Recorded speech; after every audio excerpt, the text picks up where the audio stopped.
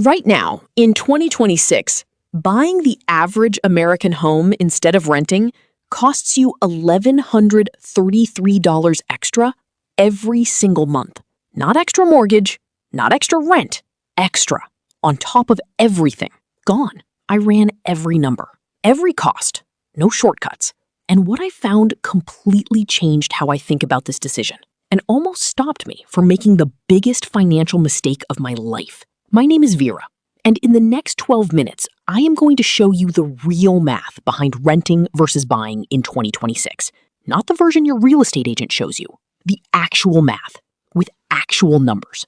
Stay with me, because if you are thinking about buying, or if you already bought, this video is going to matter to you. I want to start with something personal. 2 years ago, I was sitting across from a mortgage advisor who slid a piece of paper across the table and said, "Your monthly payment will be $2,100. You can afford that.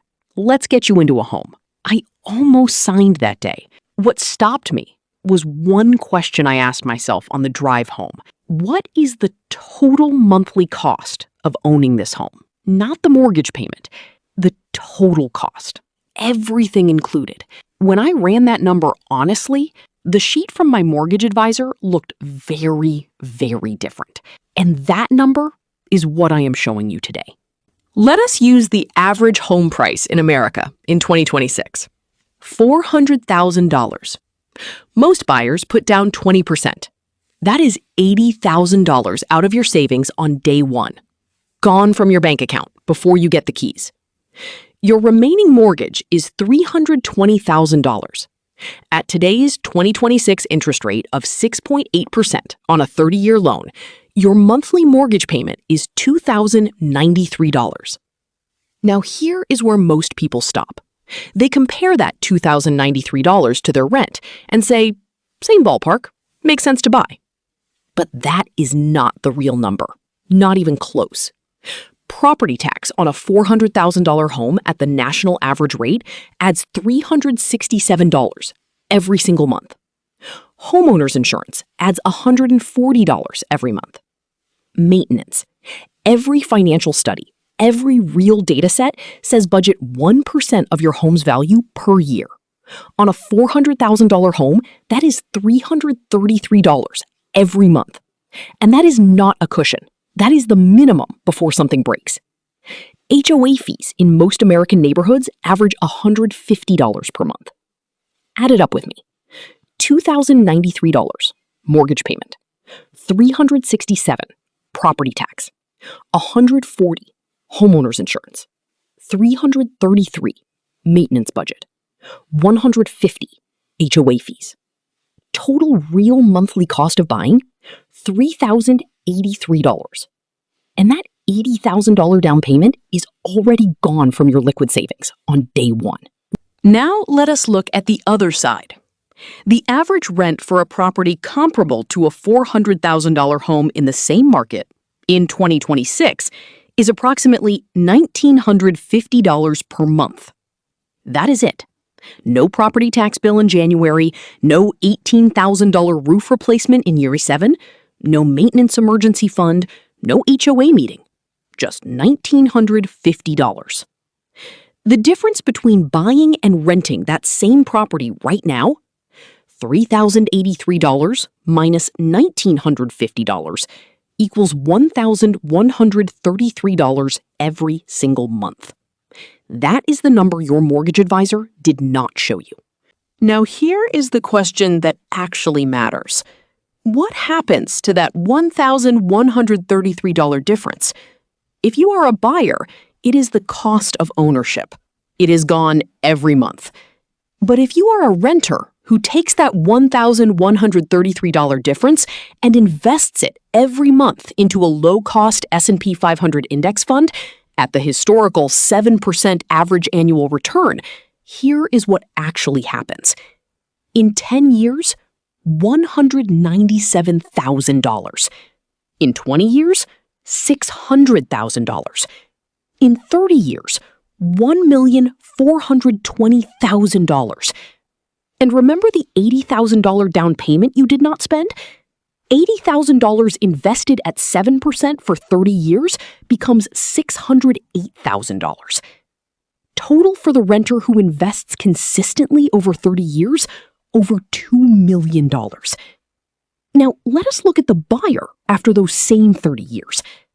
At the historical home appreciation rate of 3% per year, a $400,000 home becomes approximately $970,000 after 30 years. Mortgage paid, home owned outright. The homeowner's net position after 30 years, under $1 million. The renter who invested, over $2 million. The math is not even close. Now, I know exactly what you are thinking. But Vera, rent goes up every year. My mortgage payment is fixed forever. You are completely right. And this is the most important part of this entire video. If you lock in a fixed-rate mortgage at 6.8% today, that $2,093 never changes. But your rent will increase. The national average increase is about 3% per year. By year 12, your rent has climbed to roughly $2,780. By year 15, it crosses $3,000. This is where buying starts to make mathematical sense. After roughly 10 to 12 years in the same home, the fixed payment advantage starts to outweigh the renter's investment returns. So here is the honest truth.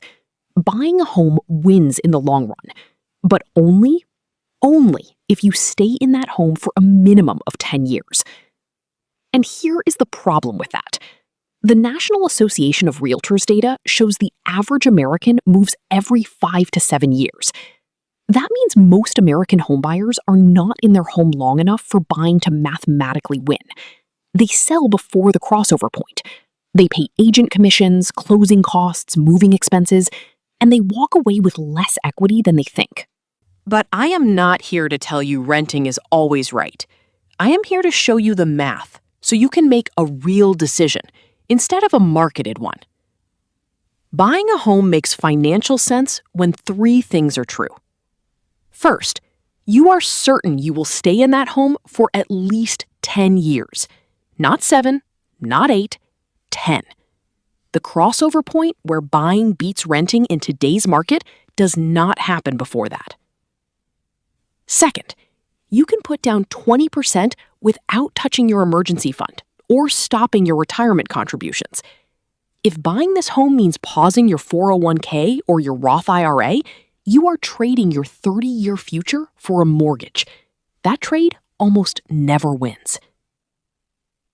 Third, your total real monthly cost, using the number we built today, not just the mortgage payment, is less than 150% of equivalent local rent. Above that ratio, the math consistently favors renting and investing the difference. 3 questions, 3 honest answers. That is the entire framework. I want to tell you what I decided after I ran this math 2 years ago. I did not buy. Not because buying is wrong, but because when I looked at my plan honestly, how long I would stay, whether my emergency fund was intact, whether my retirement contributions would continue, the math said, not yet. I kept renting. I invested the difference. And every single year, I run this calculation again with updated numbers. Maybe next year the math changes. Maybe I will be ready to buy.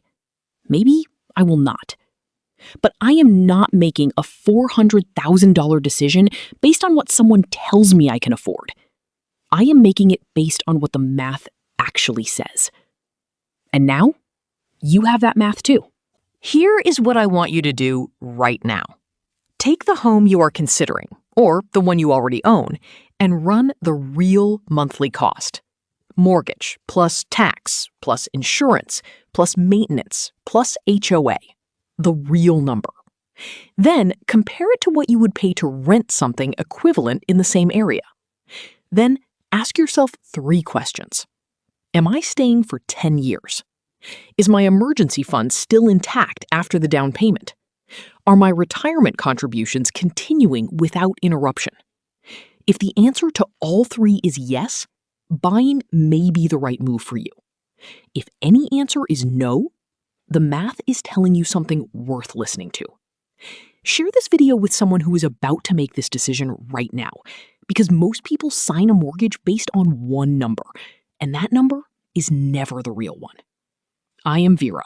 New video every week. Subscribe, and I will see you in the next one.